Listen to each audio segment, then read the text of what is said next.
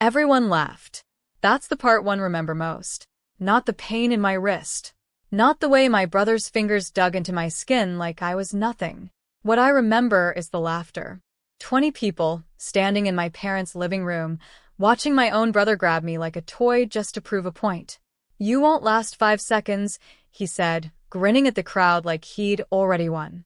He was a Marine. Strong. Proud. Loud about it, too. And me? I was just his little sister. The quiet one. The invisible one, as he liked to joke.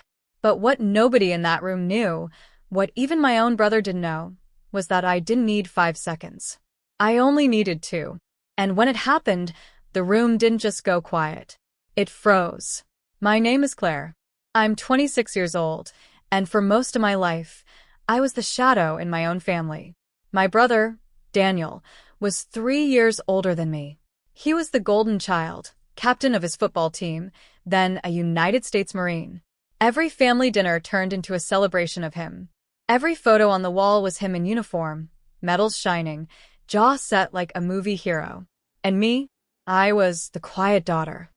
The one who didn't play sports, didn't join the military, didn't do anything loud enough to be noticed. What my family didn't know was that 4 years ago I joined the army. Not as a soldier who marched in parades. I trained in something different, close combat instruction, self-defense, discipline that doesn't show up in photographs. I earned my rank the hard way, quietly, without needing anyone's applause. But at home, I never talked about it. Partly because I didn't want to compete with Daniel's spotlight. Partly because some part of me, I admit it now, wanted to see if my own family could ever notice me without me having to prove myself. They never did. Every family gathering, Daniel would tell his war stories, his training stories, his tough guy stories. And every time, I'd sit in the corner, smiling politely, saying nothing. Until that night at Aunt Linda's birthday party. The house was full of people, cousins, uncles, family friends, all gathered in the backyard with music playing and food on every table. I was standing near the drink table, holding a glass of lemonade, minding my own business, when Daniel walked over with 3 of his old high school friends. He'd clearly had a few drinks. His voice was louder than usual, his laugh sharper. "Hey, everybody," he called out, loud enough for the whole yard to hear. "You know my sister here? She's never done a single tough thing in her life." A few people chuckled awkwardly.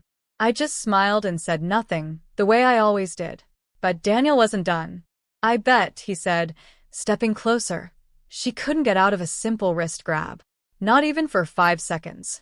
He reached out and grabbed my wrist hard, right in front of everyone. The backyard went quiet, but not in a supportive way. It was the quiet of people waiting to see if I'd embarrass myself. Someone laughed. Then another person. Daniel's grin grew wider, feeding off the attention.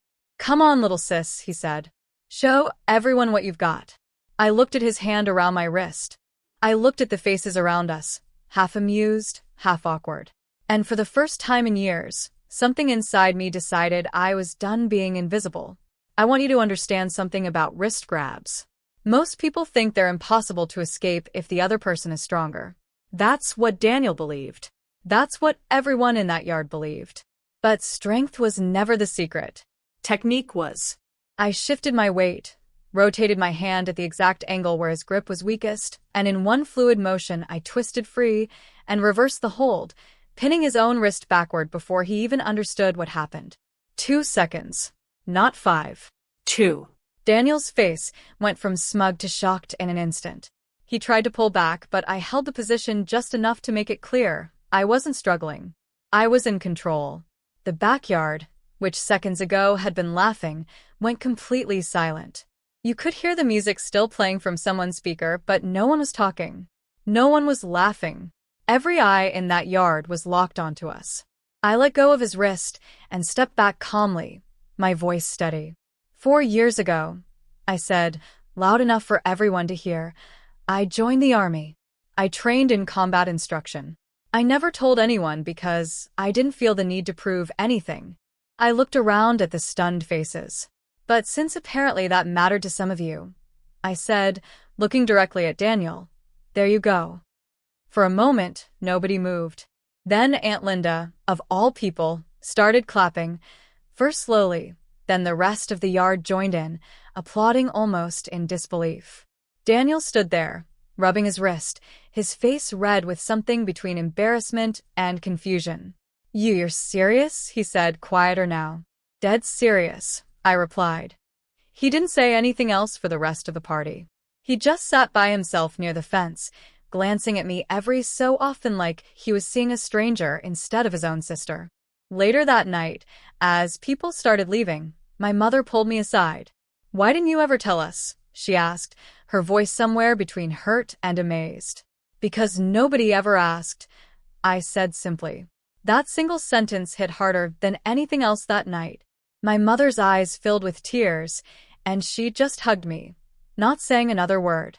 But this story isn't just about a party trick or a moment of pride. There's a deeper betrayal here, one that had been building for years. See, growing up, Daniel wasn't just the golden child by accident. He worked hard to keep that spotlight, and sometimes that meant making sure I never got any shine of my own. I found out, years later through a cousin, that Daniel had once told our parents not to bother coming to my basic training graduation, saying it probably wasn't a big deal compared to his own Marine boot camp graduation. My parents believed him. They didn't come. I stood on that graduation field with dozens of other trainees, watching families cheer for their sons and daughters, while my seat in the crowd remained empty. I never said anything about it. I told myself it didn't matter. But it did. That night at the party wasn't really about proving I could escape a wrist grab. It was the release of years of being pushed into the shadows by someone who never wanted me to shine, even for a moment. A week after the party, I decided it was time to say what I had never said. I met Daniel at a coffee shop, just the two of us. He looked uncomfortable the moment he sat down, like he already knew what was coming. I know you told Mom and Dad not to come to my graduation, I said calmly. His face went pale. Claire, Let me finish, I said. For years, I let you take every spotlight in this family because I thought it didn't matter to me. But it did. And what you did at that party in front of everyone was the same thing you've always done, trying to make me feel small so you could feel big. Daniel didn't argue. He just stared at his coffee cup, silent for a long moment. I didn't think you cared about any of that stuff, he finally said. You never showed it. That's the problem, I said. I never had to show it for you to notice. You were supposed to notice on your own. Daniel was quiet for a long time. Then, for the first time in years, he actually apologized, a real apology, not a joke, not an excuse. I'm sorry, he said. I didn't realize how much I was taking away from you. I guess I got so used to being the strong one that I never thought about what that cost you. I didn't expect it to feel as healing as it did. Years of quiet resentment didn't disappear in one conversation, but it was a start, a real one. I don't need you to make room for me, I told him. I just need you to stop taking up all of it. He nodded, and for the first time since we were kids, it felt like he actually saw me, not as competition, not as an afterthought, but as his sister. In the months that followed, things slowly began to change. Daniel started asking about my training, my work, my life, real questions, not just polite small talk. He even came to visit my unit once, quietly, without turning it into another spotlight moment for himself. At the next family gathering, when someone jokingly brought up the wrist grab incident, Daniel was the one who spoke first. She's tougher than all of us combined, he said, half laughing, half serious. And honestly, she always was. I just wasn't paying attention. It wasn't a grand, dramatic redemption. It was small, steady, real, the kind of change that actually lasts. And for the first time in my life, I didn't feel invisible in my own family. Here's what this story really taught me. Sometimes the people closest to us don't mean to push us into the shadows, but they do it anyway, simply because it's easier than sharing the spotlight. And sometimes we let them because speaking up feels harder than staying quiet. But silence doesn't earn respect. It only delays the moment when the truth finally comes out. I didn't turn that wrist grab around to embarrass my brother. I did it because I was done being underestimated by him, by everyone, and honestly, by myself. If there's one thing I want you to take from this story, it's this. You don't have to shout to be strong. You don't have to compete for space to deserve it.